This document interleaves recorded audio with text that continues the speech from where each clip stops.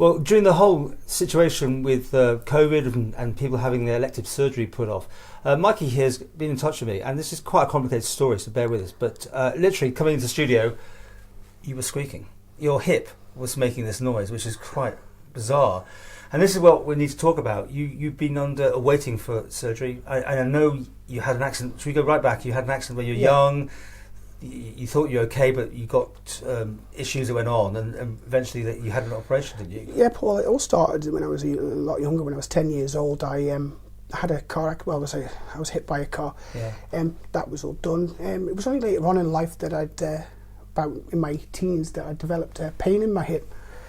And then, after that, it was probably in my early 20s that I'd had my first consultation with one of the orthopaedic doctors at Nobles, and it was eventually I was told that due to trauma because of the accident that I'd developed really bad arthritis in the right hip, and I was told then that eventually later on in life that I would need a hip replacement. So we'll bring it all the way fast forward to actually coming to the hip replacement. Eventually I got the hip replaced in July 16. And what happened after that was, after the recovery, I ended up, it was probably about 12 months after that, I started to develop discomfort, and I developed a squeak.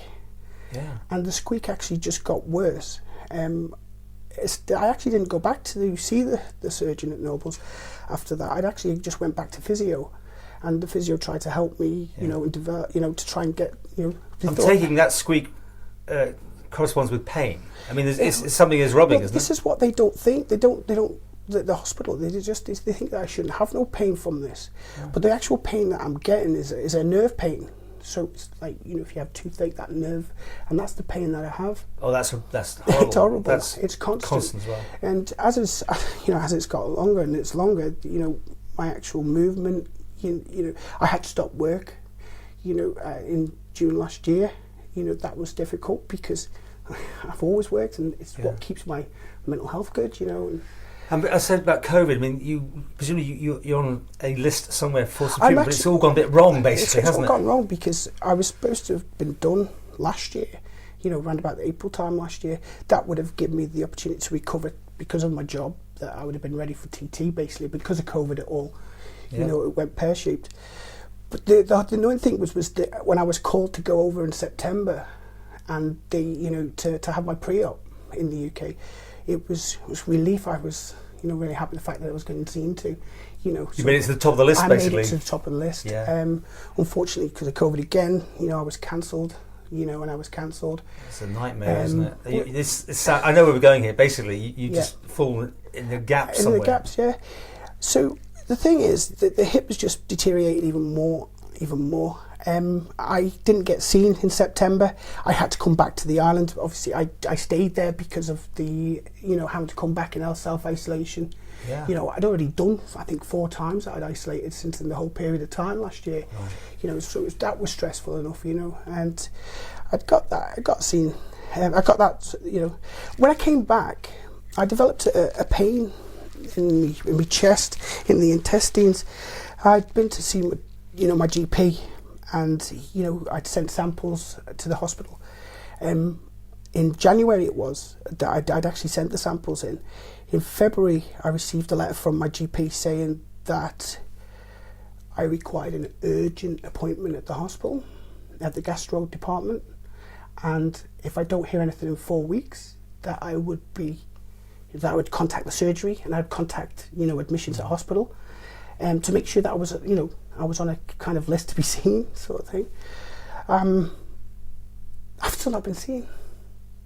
What, has no one been in touch? Nobody. I've been in touch with the GPs. I've been in touch with the hospital. The thing is, Paul, could you imagine that I'm already suffering mental health as it is because of the whole situation that I'm in? The day the letter comes through to me that says you have an urgent appointment at the gastro department, my samples had blood in, Right, that's not good. Obviously, I was petrified. Yeah. I think I cried all that morning because I was like, you know, is this something else that's wrong with me now? And I think it didn't help because of everything else that was going on. You know, when you sort of like make something little, you make it bigger because you know, well, you want to get it fixed. I mean, I just want to get it fixed. I mean, we've really cut the story down. So I know you've got a file this big or something, haven't you? I've got the thing is, Paul, it's not like they don't know me. I've been with the hospital all my life, and you know, the fact is that the reason why my file is so thick is that they've looked after this hip since I was 21 years old. Yeah. You know, they've given me 2 arthroscopies. I've been in and had probably 4 sets of cortisone injections. It's not like they don't know me. I know you thought long and hard about doing this interview because, you know, going public is always a bit tricky, but you literally, I take it, you end your tether here. Really. It's the end of the tether. I think the final straw is that, you know, I'm quite lucky, Paul. I've got some really good friends that are looking after me, you know, and, you know, at the weekend, you know, my boys are just, you know, come on, we'll take you up to the point of it, we'll take you out. You know, well, like a bit of fishing, you see, we'll take you out. And I said, I can't go. You know, I can't go because of the comfort. I can't get comfortable. I'm constantly have to be up and down to move because the pain now is constant. They've put me on sort of like these pain patches, you know, now said because morphine stuff. Is it? I think it is. Yeah, it ends in E. Something pretty strong though. Yeah, has to be, it right? is. Yeah, because it's lost my ability now. I can't drive. You know, and which has been my main form of getting around. I just, you know, it does say on the package, you know, do not drive if you feel drowsy. I jumped in the car the other day and I went 25 yards. I just got in, I'm never thinking, and just drove, and I was like, ooh, and then pulled back in and stopped. Let's try and look to positives now. You've gone public. Who can help you? I mean, you've written to David Ashford, I'm taking it. I mean, he's your go-to man, isn't he? I emailed David a long time ago. Now, Paul, this is going to sound terrible, right? So I explained my situation to David. He said, you know, he called me back and he said, call the orthopaedic department. He gave me a number. Now, this is where it's, you know, I phoned the orthopaedic department. I explained that I spoke to Mr. Ashford. She told me on the phone that Mr. Ashford had nothing to do with our department. You had no right to phone Mr. Ashford. Oh my! And I was like, okay then. Oh no! Just what you think you're doing the right thing because you doing tried the every right other thing. option. See, the thing you've gone to is, the top, and they've been upset that you've gone above them basically. That's how it's. I mean, I don't know the ins and outs. Anyone can come back to us, but that's how it's sounding, right? That's how it was to me. I had a really good meeting with Claire Barber last week. Oh, she's good. Claire's really good. She's your MHK, is she? She is my MHK. Okay. Yeah. I mean, I know. I say she's good because I don't know. She's probably standing in elections, but she's one of the people that you'll get a response from as well. The thing is, Paul, right? I'm doing this. It's not just for me. How many more people on this island are like me, Paul? You know, how many other people are going through the same situation? Some of the horror stories I've heard of I've heard of a gentleman that has no hip. He's sat on 2 boards at home. He's waiting. The boys go in and move him to the table to eat, to pick him up. You know, so I just hear all the stories of, you know, what's happening. I know, as I keep saying, that obviously with the COVID, everything got pushed back and changed, but those waiting lists are getting longer and longer. Of course they're getting longer. You should be at the top, you're thinking. Paul, do you not think common sense? I've lost over £30,000 this year in wages. Yeah. The Element government has paid me £11,000 in sickness benefit. Now, what happens is when I actually do get done, I'm going to need a good 3 months to recover from that, which is going to be more. It doesn't make sense. To have the operation done would have cost £20,000. Had I known that from day one and the communication was better, Mike, the list is huge. You're not going to get seen. Paul, I would have had enough money to myself then to actually borrow a little bit more. I could have done it privately and I could have got fixed. Okay, how can we get this? I mean, not me, but how can this be resolved?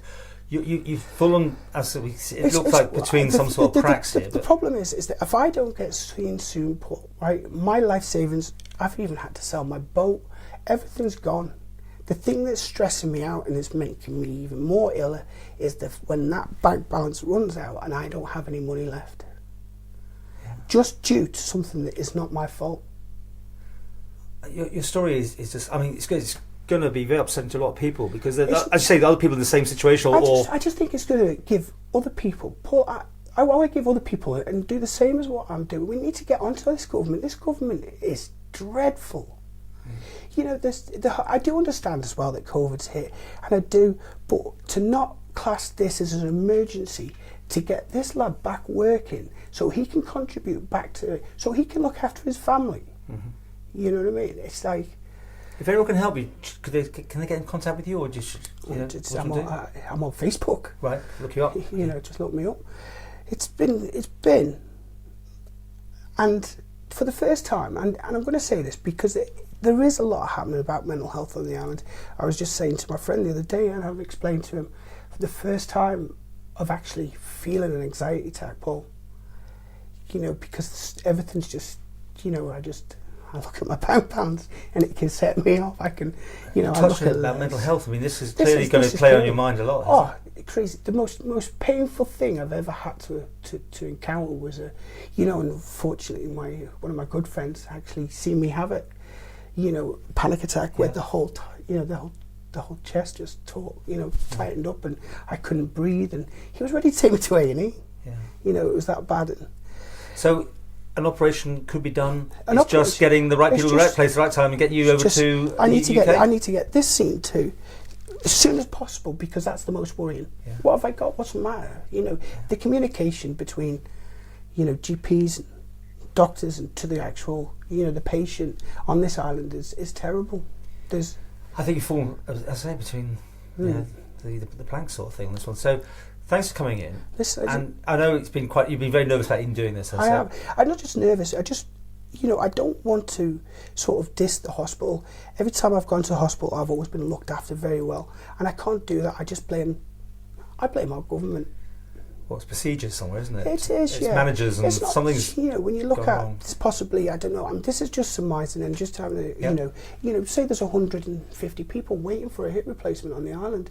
I think the orthopaedic department. I know one consultant. He probably does about 50. You know, probably between 50 a year. These people need to get, especially my age. So I don't mean I'm not being ageist or anything. I just think, you know, it's okay if grandma, my nan's had 2 hips, you know, but nan's at home. Nan doesn't have to go out. You're desperate to get back to work. I am so desperate to get back to work. Fantastic job. You know, I just got the job. I was doing really well, and I just want to get back to work. Are you DJing? I don't know. No, I'm. You're doing that still? No, years ago, you did it? No, I did it years ago. Right. I'm just it's part of the management team at 1886. Right. And I really enjoy it. And it was just Christmas 19. I was absolutely shattered after it, and I just couldn't walk. And it literally came to the point in June where. If someone picks the phone up, David Ashford or whatever, maybe this can be sorted. Yeah. Well, I hope it's sorted. I just hope it gets sorted soon. Or what am I going to do? What am I going to do when I have no money left? What am I going to do when I've got no income? You know, the sick pay is not that great, and you know, and I'm probably embarrassing myself coming on here today as well, because I'm probably asking for help. No, you know, I say people come to us when other avenues don't seem to work, and sometimes it helps to talk about these things and see what we do. Okay, thanks very much for joining us. Thank you.